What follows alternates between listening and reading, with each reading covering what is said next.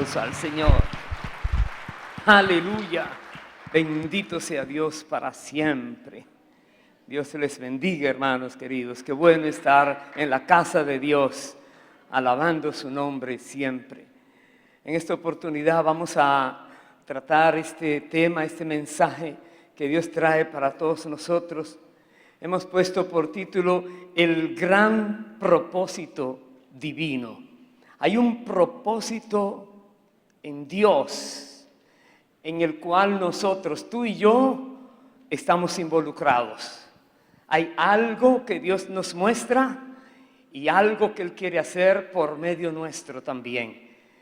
Un propósito maravilloso, y de esto quisiéramos hablar en este día. Voy a pedirle por favor que comencemos leyendo en el libro de Deuteronomio, capítulo 4, el versículo 32. Deuteronomio 4, verso 32. En esta porción de la palabra que Moisés está hablando al pueblo, lo que ha acontecido anteriormente cuando estaban esclavizados en Egipto, luego lo que ha acontecido mientras estaban en el desierto por su desobediencia, y ahora que están listos para entrar a la tierra prometida, Moisés le aclara a ellos muchas cosas. Dentro de las que les dice están esta. Verso 32 dice así: porque pregunta ahora si en los tiempos pasados que han sido antes de ti, desde el día que creó Dios al hombre sobre la tierra, si desde un extremo del cielo al otro se ha hecho cosa semejante a esta gran cosa, o se haya oído otra como ella. ¿Ha oído pueblo alguno la voz de Dios, hablando de en medio del fuego, como tú la has oído sin perecer? ¿O ha intentado Dios venir a tomar para sí una nación de en medio de otra nación, con pruebas, con señales, con milagros y con guerra, y mano poderosa y brazo extendido, y hechos aterradores, como todo lo que hizo con vosotros Jehová vuestro Dios en Egipto ante tus ojos? Me detengo allí. La historia es real. Ellos han vivido esto, han conocido a Dios de una manera que nunca imaginaron. Y Moisés aquí les recuerda quién más en toda la historia de la humanidad ha tenido este privilegio de poder escuchar al Dios que creó los cielos y la tierra, ver su manifestación gloriosa, ver las cosas que hizo a favor de este pueblo que estaba esclavizado. Decidió sacar una nación de entre otras para decirle: esta es mía. ¿Cuántas otras personas habían tenido ese privilegio? Nadie, solo ellos. Sigue diciendo el verso 35: a ti te ha mostrado para que supieses que Jehová es Dios y no hay otro fuera de Él. Desde los cielos te hizo oír su voz para enseñarte, y sobre la tierra te mostró su gran fuego, y has oído sus palabras de en medio del fuego. Y por cuanto Él amó a tus padres, escogió a su descendencia después de ellos, y te sacó de Egipto con su presencia y con su gran poder, para echar de delante de tu presencia naciones grandes y más fuertes que tú, y para introducirte y darte su tierra por heredad como hoy. Me detengo ahí otra vez. Dios dice aquí que este pueblo ha conocido esta manifestación de Dios que nadie nunca jamás había experimentado, para que ellos supieran que el Dios a quien sirven es el verdadero Dios y no hay otro. Que Él fue que hizo el cielo y la tierra. Que Dios ha querido levantar a este pueblo por causa de la descendencia de ellos en fe y en obediencia, y para Dios mostrar su gracia y su misericordia a toda la tierra. De nuevo, este pueblo que antes vivía esclavizado, sin esperanza, no creía que podía ser diferente a un simple esclavo siendo torturado por sus verdugos, los egipcios, en ese tiempo. Y sin embargo, Dios viene y se les presenta a ellos, se les revela a ellos, y ahora ellos conocen al verdadero Dios. Pero sigue diciendo el verso 39, aprende pues hoy y reflexiona en tu corazón que Jehová es Dios, arriba en el cielo y abajo en la tierra, y no hay otro. Y guarda sus estatutos y sus mandamientos, los cuales yo te mando hoy, para que te vaya bien a ti y a tus hijos después de ti, y prolongues tus días sobre la tierra que Jehová tu Dios te da para siempre. De nuevo, aprende, reflexiona en tu corazón. Solo Él es Dios, no hay otro Dios. Y habla luego en estos versículos y capítulos de Deuteronomio las consecuencias que trae el querer rendir culto, tributo o adoración a algo o a alguien que no es Dios. Cómo trae a esas vidas castigo por causa de que ofenden al único Dios verdadero.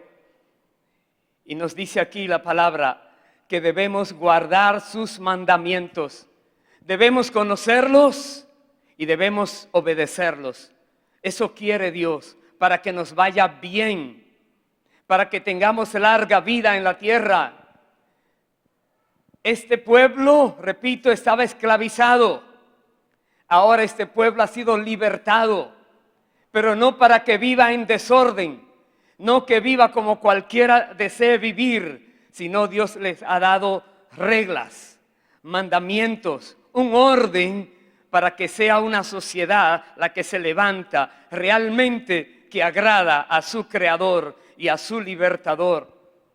Dios se manifestó a este pueblo con esas señales y les demostró a ellos que para Él todo es posible.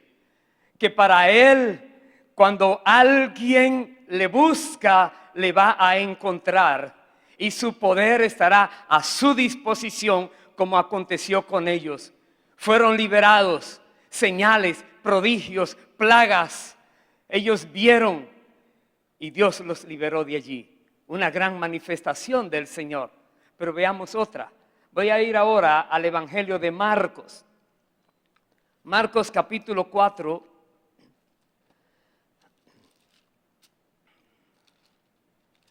El versículo 35. Aquí ahora tenemos a Jesucristo que está en la tierra. Está haciendo milagros, señales, prodigios también. Personas están sorprendidas de ver lo que acontece, las cosas que Jesús hace. Sana toda clase de enfermedad, libera a los endemoniados. Está haciendo milagros, señales, prodigios, cosas también que ellos no estaban acostumbrados a ver. Pero ahora Jesús hace algo diferente. Marcos capítulo 4, verso 35, dice así: aquel día, cuando llegó la noche, les dijo: pasemos al otro lado. Y despidiendo la multitud, le tomaron como estaba, en la barca. Y había también con él otras barcas.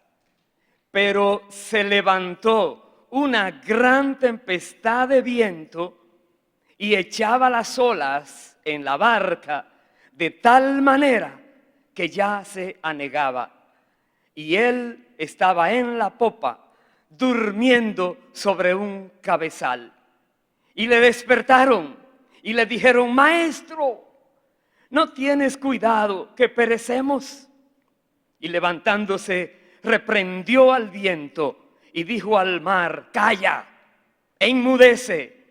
Y cesó el viento y se hizo grande bonanza.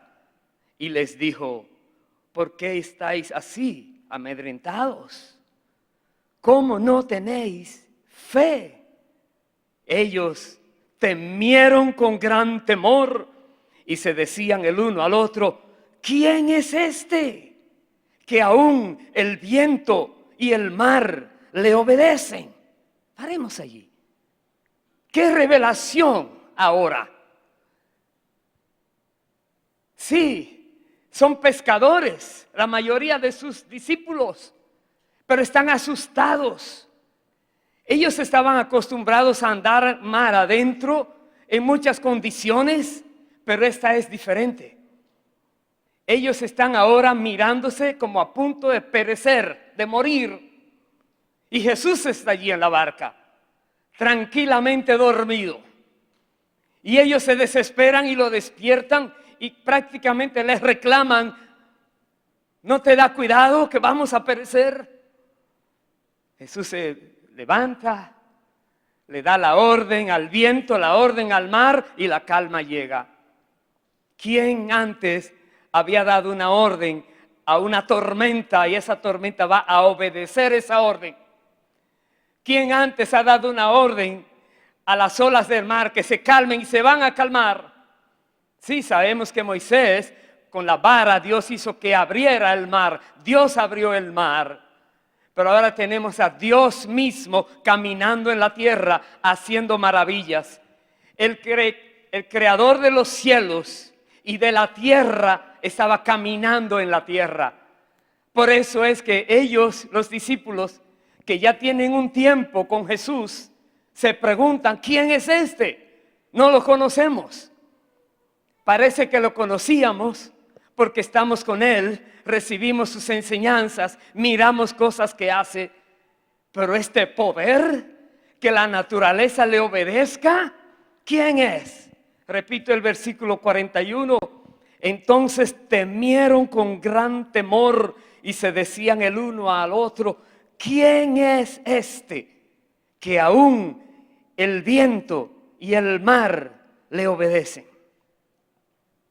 Quizás te has hecho esa pregunta alguna vez. ¿Quién es Cristo? ¿Quién es Él? ¿Por qué es la persona más influyente en la historia de toda la humanidad?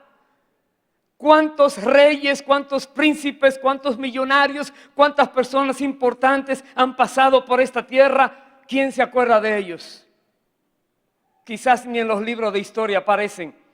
Pero Cristo, todas las generaciones están hablando de Él. Pero Cristo ha cambiado muchas vidas. Pero Cristo sigue siendo el mismo ayer y hoy y por siempre. ¿Quién es Él? Veamos una definición que nos da la palabra en el libro de Colosenses, capítulo 1. Acompáñeme por favor allí. Colosenses, capítulo 1, versículo 15.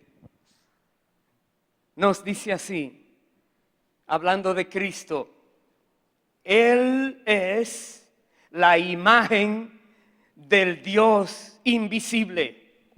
Él es el primogénito de toda creación. No quiere decir que fue creado, como dicen algunos. Él es Dios, porque en Él fueron creadas todas las cosas, las que hay en los cielos y las que hay en la tierra, visibles e invisibles, sean tronos, sean dominios, sean principados, sean potestades. Todo fue creado por medio de Él y para Él. Y Él es antes de todas las cosas, y todas las cosas en Él subsisten. ¿Qué definición, qué respuesta de quién es Él? Aleluya. ¿Quién es Cristo? La imagen visible del Dios invisible. Él se dejó ver. A Dios nadie le vio jamás al Padre, pero Jesucristo vino a mostrarnos al Padre. Jesús dijo, quien me ha visto a mí, ha visto al Padre. Nosotros tenemos el privilegio de haber conocido a Cristo Jesús, que vino a revelarnos la verdad. Aquel que sostiene el universo. Dice, sustenta todas las cosas en Él subsisten. Hebreos dice, quien sustenta todas las cosas con la palabra de su poder. Jesús. Qué revelación más gloriosa. ¿Por qué Dios envió a Jesús? ¿Qué plan tan maravilloso tiene Dios el Padre que quiso revelar ahora a la humanidad, a su Hijo, para entonces que nosotros podamos verlo a Él en una dimensión diferente? Ver no solo al Dios que castiga al malo, no solo al Dios que liberó un pueblo y dejó a otros a un lado. Dios se revela en Cristo ahora de una manera muy amplia. Nos dice más. El versículo 18, Él es la cabeza del cuerpo que es la iglesia. Él que es el principio, el primogénito de entre los muertos, para que en todo tenga la preeminencia, ocupe el primer lugar. Por cuanto agradó al Padre que en Él habitase toda plenitud. ¿Escuchó bien? Todo, absolutamente todo está en Jesús. El que tiene a Jesús no le falta nada. Lo tiene todo, porque en Él habita toda plenitud. Aleluya. Démonos cuenta que cuando hablamos de Jesús, estamos hablando del creador del universo. Estamos hablando del que diseñó el universo. Diseñó los planetas, las galaxias y los microbios. Nada escapa a su diseño. Cristo Jesús se revela a nosotros. Dios nos permite conocerlo a Él. Y nos preguntamos, ¿con qué propósito Dios forma ahora la iglesia en la cual Cristo es la cabeza, quien dirige la iglesia? ¿Por qué? Parte de su propósito divino. Dice más el verso 20, que por medio de Él, Dios quiso reconciliar consigo todas las cosas, así las que están en la tierra como las que están en los cielos, haciendo la paz mediante la sangre de su cruz. Este gran propósito divino que Dios tuvo en mente por medio de su Hijo Jesucristo, hacer la paz, reconciliar todo lo que haya en la tierra y lo que hay en el cielo. Y usted dirá, ¿qué puede reconciliar en el cielo? La historia bíblica dice que una vez en el cielo hubo una rebelión, que hubo un ángel que estaba a cargo de la adoración y muchas cosas. Ese querubín protector se rebeló y junto a él se rebelaron también muchos ángeles, alrededor de 1/3 de los ángeles. Hubo algo impresionante en los cielos y Dios dice, por medio de Cristo viene ahora la reconciliación y la paz en lo que estén en la tierra y lo que están en el cielo, porque Dios demostró Una vez más que Él obra en justicia y que todo lo que hace es perfecto. Y en el cielo entonces, cuando Jesús entra triunfante, todos están allí de fiesta porque quedó grabado la historia de que con la sangre de la cruz de Cristo las cosas tuvieron una revelación de la justicia de Dios. Dios quiere hacer la paz entre todos, no solamente para algunos, sino para todos. Dios no hace acepción de personas. Tenemos que poner esto muy claro en nuestra mente. Que veamos a alguien marginado en la sociedad no quiere decir que Dios lo rechaza. De por sí es un ser humano. Necesita a alguien que le ayude. Necesita a alguien que se conduela y vaya y se le acerque. Estos que están pecando, estos que están haciendo cosas indebidas, Dios no lo aprueba. Pero tiene la iglesia en la tierra para que vaya a mostrarle misericordia y esa vida pueda cambiar. Porque el plan de Dios es que esa persona se salve también. Aleluya. Hacer la paz. La paz. Solo en Cristo hay reconciliación. Porque solo Cristo murió en la cruz del Calvario, el justo por los injustos. Solo Cristo, como ser humano, vivió una vida perfecta en la tierra para demostrar que aún el juicio que Dios hizo contra Adán y Eva fue justo, fue correcto. Ellos tenían la capacidad de evitar caer. Y Jesús viene ahora como nuestro representante que no falló, que nunca pecó y al final dio su vida para todos aquellos que crean en Él reciban entonces vida por causa de su muerte.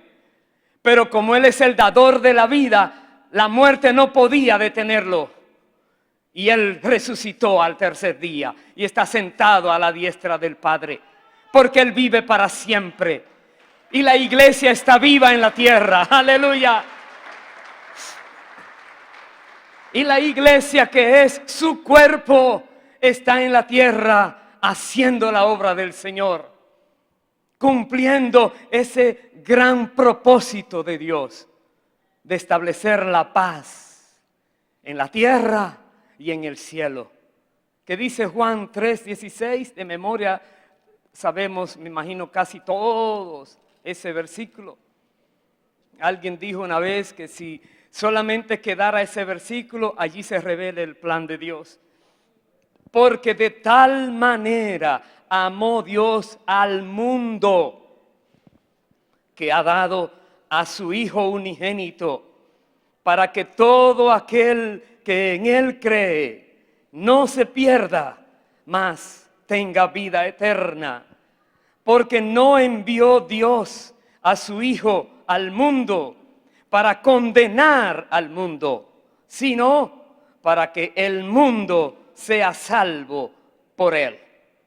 Muchas personas tienen conflicto con estos dos versículos porque su interpretación es porque de tal manera amó Dios a los elegidos para que porque, un momentito, la Biblia habla del mundo. Todo ser viviente fue creado a imagen de Dios. Todo ser viviente. Dios no quiere que ninguno se pierda. Dios quiere que todos procedan al arrepentimiento. Pero ¿qué? Tienen que creer en Cristo. Para que todo aquel que en Él crea no se pierda, mas tenga vida eterna. Pablo decía en Romanos, ¿cómo van a creer en aquel de quien no han oído? ¿Y cómo van a oír de Él si nadie les predica? Tenemos que actuar. Somos la iglesia del Señor. Él es la cabeza, nosotros el cuerpo. Y tenemos su espíritu para que todo aquel que en Él crea no se pierda. Necesitamos tener el corazón de Dios. Dios amó tanto a la humanidad que no escatimó a su Hijo unigénito y lo envió a la tierra para que todo aquel que en Él crea no se pierda, mas tenga vida eterna. Jesús entonces también nos explica esto. Voy al capítulo 15. versículo 5, Jesús nos dice, Él dijo, yo soy la vid, vosotros los pámpanos. El que permanece en mí y yo en él, éste lleva mucho fruto, porque separados de mí, nada podéis hacer. Otra vez, Jesús le está hablando ahora a los discípulos, a los que están con él. Él es la vid, los discípulos, en este caso nosotros también, somos las ramas, los pámpanos, donde llega el fruto. Jesús dice, debemos mantenernos unidos a la vid. Separados, esa rama no produce fruto. Pero unida a la vid, sí produce fruto. Pero Él dice, si ustedes permanecen en mí y yo en ustedes, debe haber una coordinación, una aprobación de parte de Dios de que nosotros estamos unidos a Él. Por eso es cuando Jesús dijo, no todo el que me dice Señor, Señor, entrará al reino de los cielos. Él dijo, muchos me dirán en aquel día, Señor, que hicieron milagros, que hicieron cosas, que comieron juntos. Él les dice, nunca los conocí.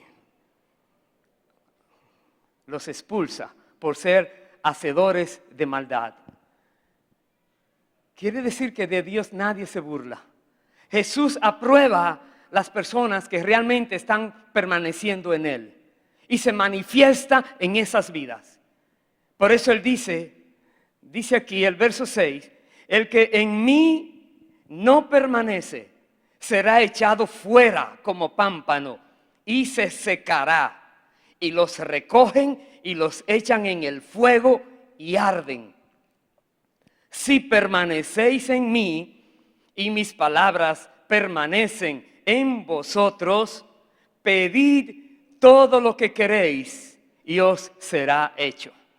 Pero ahí está la condición.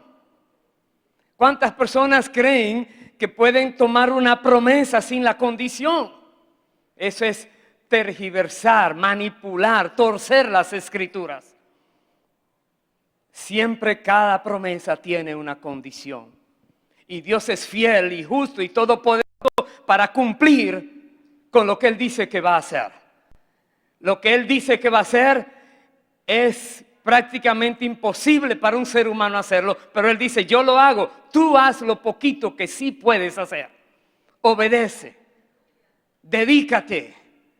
Haz lo que Dios dice y verás lo que sucede. No tienes que reclamarle a Dios, Señor, tu palabra. Él lo sabe. Más bien Dios dice, estoy esperando tu parte. Tienes un carro que puede ir, ya sabes, a todas. Sí, pero la llave, hermano, dele. Si usted no hace nada, usted tiene que hacer su parte aunque sea sencilla.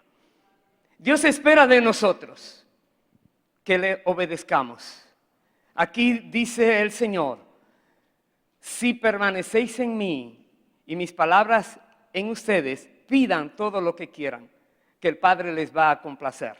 Deleítate a sí mismo en Jehová, dice la palabra, y Él concederá las peticiones de tu corazón.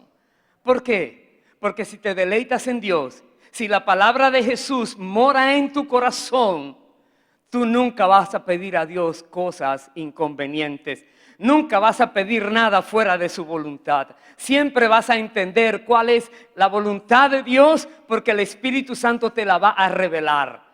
Eso dice la palabra. Y todo lo que pidas, Dios te lo concederá porque sabrás que es de acuerdo a su voluntad. El Hijo está allí intercediendo para que se haga eso mismo, su voluntad. Aleluya. Dice también el verso 8, en esto es glorificado mi Padre, en que llevéis mucho fruto. Dice, y seáis así mis discípulos. Dios se glorifica, no solamente en la historia que hablábamos al principio, de hablar por medio del fuego, de hablar la voz que retumba ante el pueblo que había salido de Egipto, en hacer cosas grandes y maravillosas. Sí, su gloria llena la tierra. Todo lo que acontece en el universo declara la gloria de Dios.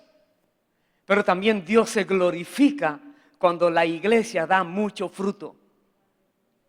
Dios se glorifica, le agrada que la iglesia dé fruto. ¿Por qué? Porque es su plan, es su propósito divino establecer la paz con los seres humanos. Y cuando la iglesia está dando fruto, cuando el creyente está dando fruto, más personas están entrando en la paz de Dios, más personas están conociendo de Cristo, más personas están siendo salvas, más personas están siendo integradas al reino de Dios. Y el Padre se goza y el Padre se glorifica. Quiere decir que en el propósito de Dios, tú y yo tenemos un papel muy importante que debemos tener muy en cuenta también. ¿Cuál es? Dar fruto. No podemos vivir una vida vana, que está y es como que nunca existió. Dios quiere que demos fruto y que nuestro fruto permanezca. Dios quiere, repito una y otra vez, que demos mucho fruto para que todo lo que pidamos lo recibamos. ¿Cuántas personas viven pidiendo? Luego se desaniman, luego dicen, no me funciona. Y no se dan cuenta que primero hay que trabajar con uno. Dios, dice la palabra, que no está aún la palabra en mi boca y ya lo sabe. Dios dice, es aquel que nos puede dar mucho más abundantemente de lo que pedimos o entendemos. Porque Él es todopoderoso, pero Él espera fruto.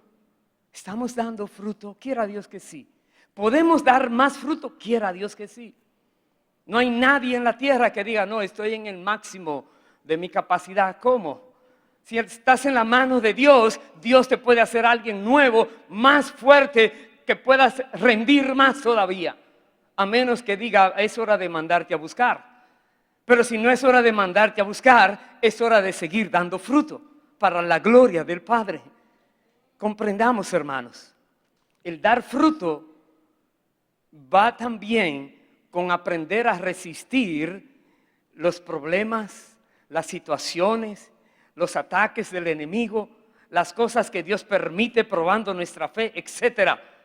Pero los que están convencidos de que tú y Dios son mayoría, de que podrán venir contra ti por un camino y tú sabes que por 7 caminos saldrán huyendo.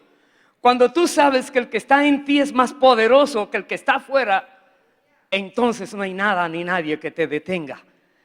Cuando tú crees que viene una tormenta y tus hojitas están ahora peladas y dirás, ¿y ahora cómo voy a dar fruto? Tranquilo, Dios te sostiene pegado a la vid y ya verás cómo el fruto vuelve cuando Dios se encargue de resolverlo de la tormenta. Pero tú sigue esperando en Dios, dispuesto a ser usado por Dios. Aleluya. Bendito sea el Señor. Vaya por favor a Segunda de Tesalonicenses. Segunda de Tesalonicenses capítulo 1.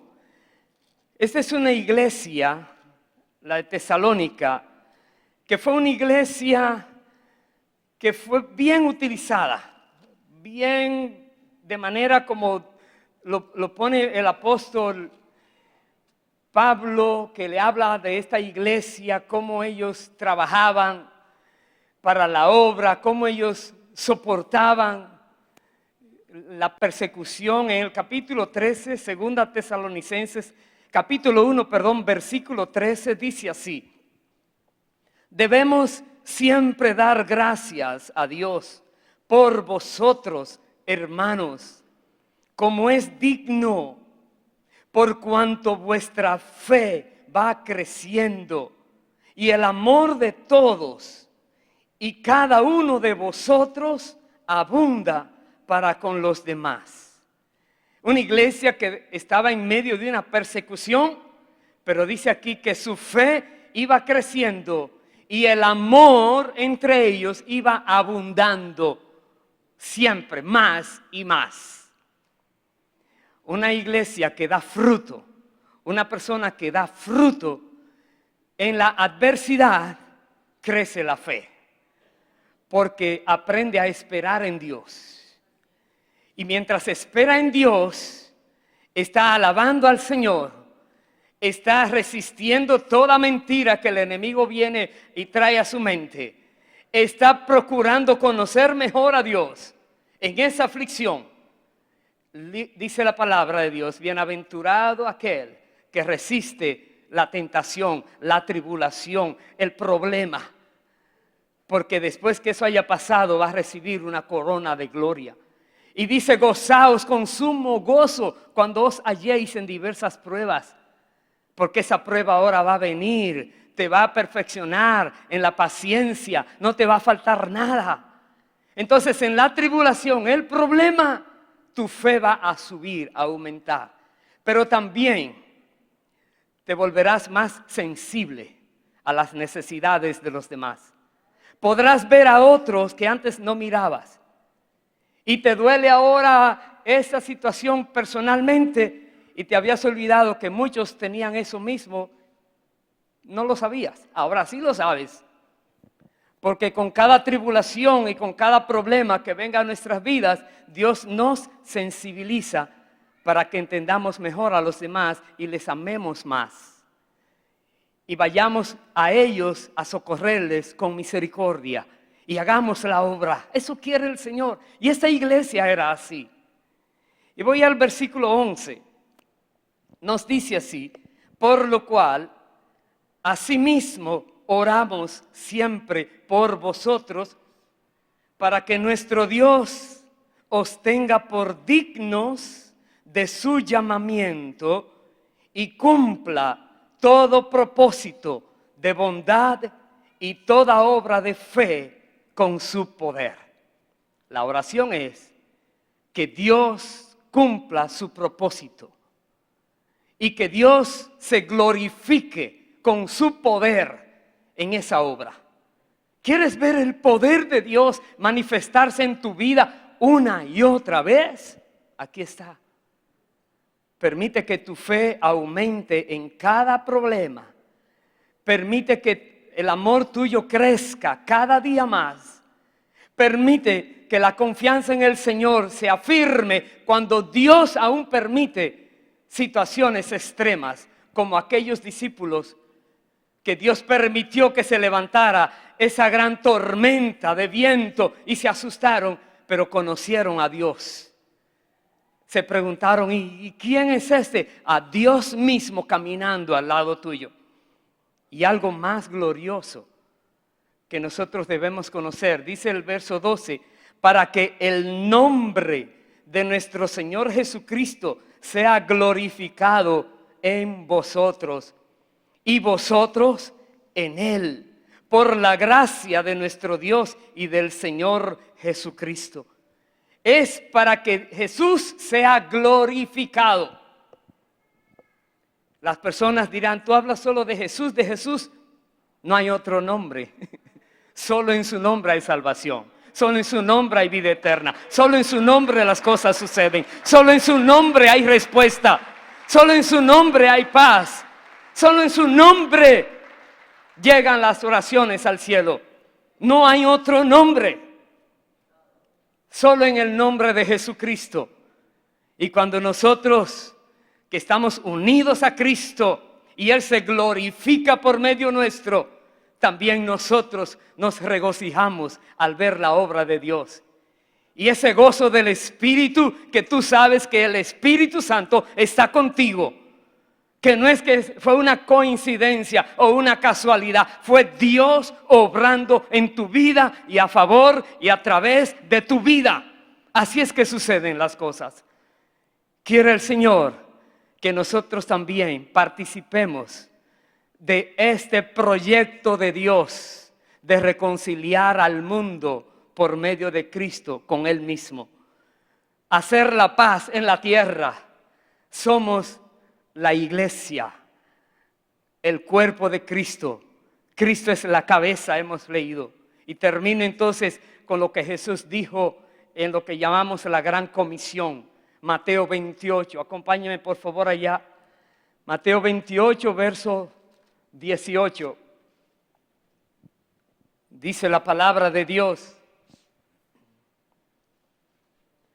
Y Jesús se acercó y les habló diciendo: toda potestad me es dada en el cielo y en la tierra. ¿Sabe qué quiere decir? Él es invencible. Él tiene toda autoridad en el cielo y en la tierra. Y Él es el creador de todo, ¿verdad? Jesucristo. Pero ahora dice: por tanto, id y haced discípulos a todas las naciones, bautizándolos en el nombre del Padre y del Hijo y del Espíritu Santo, enseñándoles que guarden todas las cosas que os he mandado. Y he aquí, yo estoy con vosotros todos los días hasta el fin del mundo. Amén. Jesucristo nos dice que Él está con nosotros. En aquella barca, en aquella tormenta, cuando sus discípulos creían que iban a morir, Jesús estaba allí. Y Jesús te dice, y me dice a mí también, que cada vez que haya una tormenta en nuestras vidas, podemos estar tranquilos, confiados, porque Él está con nosotros. Él está en control. Él solo tiene que decir una palabra y esa palabra cumplirá esa orden. Él dijo: viento, cállate; mar, cálmate. Se calmó. Una palabra. Solo su palabra tiene poder. Por eso Él nos manda: vayan, prediquen, pero prediquemos a Cristo. El apóstol Pablo dijo una vez que se presentó a los corintios con temor y temblor, no con sabiduría humana. Se propuso en su corazón solamente conocer de Cristo y hablar de Cristo, punto. No hablar de fulanito de tal que es famoso, allá ellos con su fama. Cristo Jesús, no hay nadie más famoso que Él. Nadie es más importante que Él. Nadie tiene más poder que Él. Si vamos a hablar de alguien, hablemos de Cristo. Porque cuando hablamos de Cristo, el nombre de Cristo es pronunciado en la tierra y alguien lo va a escuchar. Y alguien conocerá. Y alguien entenderá que su vida puede cambiar. Que Dios está dispuesto a traer reconciliación a esa persona para que deje de ser el desorden moral que ha hecho y pueda vivir diferente. Y pueda ver la gloria de Dios. Vivir en paz, en armonía. Conocer a aquel que le dio la vida, etcétera. Jesucristo dice: enséñenle que guarden todas las cosas. Moisés hablaba a su pueblo en aquel tiempo que Dios le dijo que obedezcan todo lo que Él mandó a decir. Jesús dice que enseñen y obedezcan, porque donde no hay obediencia hay rebeldía, y en la rebeldía no hay bendición. Dios no respalda al rebelde, Dios lo castiga. Pero aquella persona que se somete a la palabra de Dios y le dice: Señor, hágase tu voluntad y no la mía, esa persona entonces Dios la va a recoger, la va a levantar y la va a utilizar. Amén. Pongámonos en pie y vamos a orar. Bendito sea el Señor. Y es tiempo de que nosotros todos nos unamos a este gran propósito divino de ir por el mundo hablando de Cristo, las buenas nuevas de salvación, por la gracia del Señor. Aleluya. Bendito sea Dios para siempre. Estamos unidos a esa vid. Somos ramas pegadas a esa vid. Si hay algo de debilidad en ti que no deja dar fruto, Si hay algo de debilidad por causa de que no has captado el mensaje, se te ha olvidado o nunca comprendiste que Cristo te quiere completamente, no a medias. Jesús dijo: el que no es conmigo, contra mí es, y el que conmigo no recoge, desparrama. Jesús es Dios mismo, y Él quiere usar tu vida también, mucho más de lo que hasta ahora lo ha hecho. Dale la oportunidad. Entrégate con todo tu corazón a Él.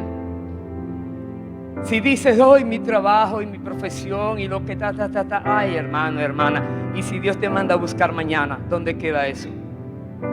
Eso no es tan importante. Lo importante es que Dios nos encuentre haciendo lo que nos mandó a hacer cuando Él venga o nos mande a buscar. Eso sí es importante. Que nosotros podamos decir: no hay nada que me detenga para hacer la voluntad de Dios. Quiere decir que el enemigo no se va a levantar, no va a poner obstáculos, no va a venir en contra tuya. Eso espéralo. Pero también espéralo que Dios pelea esa batalla, que Dios se encarga. Dios se encarga. Tú estás peleando del lado vencedor y Jesucristo es el vencedor. Entonces dispongámonos para Dios. Primero que todo, debemos reconocer si alguien le ha fallado a Dios, o si alguien todavía no ha entregado su vida a Dios. Este es un buen momento para hacerlo. Pídele perdón a Dios por todos tus pecados y Él te va a perdonar en Cristo Jesús.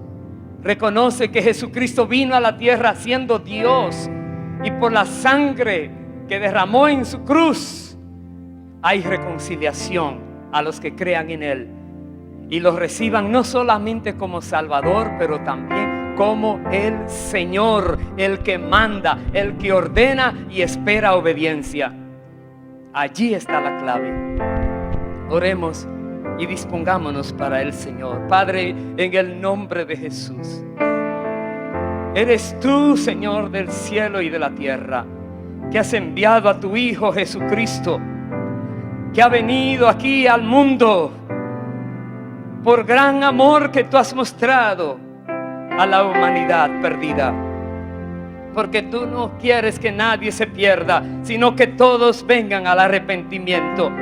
Y aquí estamos, oh Dios eterno, parte de tu iglesia, esparcida en toda la tierra, como luz en medio de las tinieblas y como sal para evitar que se pudra la tierra. Dios de los cielos, te rogamos que traigas entendimiento de ti y de tu palabra a tu pueblo, a los que ya están buscándote y a aquellos que por una u otra razón te ignoran, no te conocen, aún creen que no existes. Y tú quieres que ellos conozcan de ti por medio de Jesucristo. Perdona, Señor, cualquier desvío. Perdona, Señor, cualquier infracción a tu palabra. Perdona, Señor, todo aquello con lo cual cualquier persona te haya ofendido. Y que el sacrificio de Cristo sea siempre válido para limpiar los pecados de todas esas personas que se arrepienten, para la gloria tuya, Señor. Padre, te rogamos que nos ayudes a dar fruto abundante. Queremos ver tu gloria, queremos ver tu satisfacción, tu sonrisa, tu deleite. Y allí estás cuando el pueblo se humilla y te busca de corazón. Dará fruto, y ese fruto producirá en ti la satisfacción para gloria de tu Hijo, que no fue en vano su sacrificio. Y también, Señor, para justicia, para declarar que todo lo que has hecho es justo, porque tú eres juez justo del universo. Gracias, Dios. En tus manos nos encomendamos. Úsanos, permítenos dar fruto abundante para la gloria tuya, Señor. en el nombre del Señor Jesús. Amén y amén. Aleluya.